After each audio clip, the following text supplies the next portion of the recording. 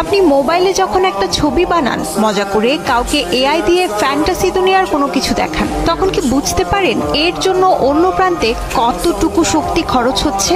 যে কৃত্রিম বুদ্ধিমত্তা এআই আজকের দুনিয়া বদলে দিচ্ছে, তার খরচ শুধু টাকা বা সময় না, বরং দুধ, পানি এবং প্রকৃতির দিক থেকেও বিশাল এক মূল্য দিতে হচ্ছে আমাদের।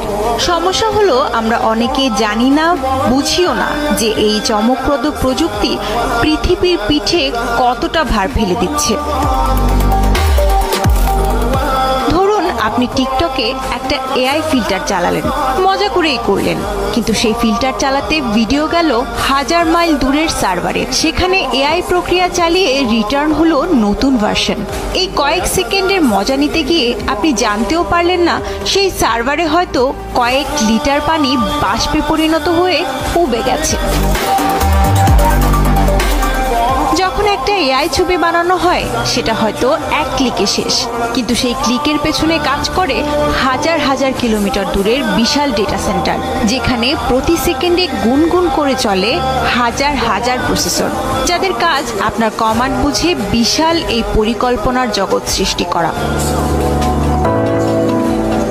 এই বিশাল কম্পিউটিং প্রসেস চালাতে লাগে গিগাওয়াটের পর গিগাওয়াট বিদ্যুৎ, আর সেই বিদ্যুৎ উৎপাদন আর সার্ভার ঠান্ডা রাখতে লাগে প্রচুর পানি।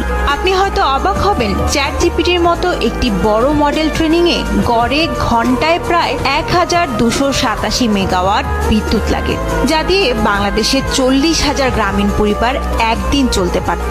আর গুগলের ডেটা সেন্টারগুলো দিনে প্রায় 21 লাখ লিটার পানি ব্যবহার করে কুলিং এর জন্য।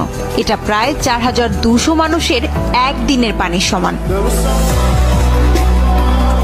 পৃথিবীর 75% পানি হলেও তার সামান্যই সুপেয় পানি, সেটারও বেশিরভাগ বরফে বন্দী।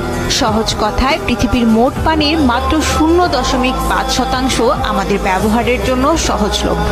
এদিকে বর্তমানে প্রায় 720 মিলিয়ন মানুষের বসবাস এমন জায়গায় যেখানে পানির চরম সংকট। এআই প্রযুক্তির অদম্য বিস্তার সেই পানির সংকট আরও বাড়িয়ে দিচ্ছে।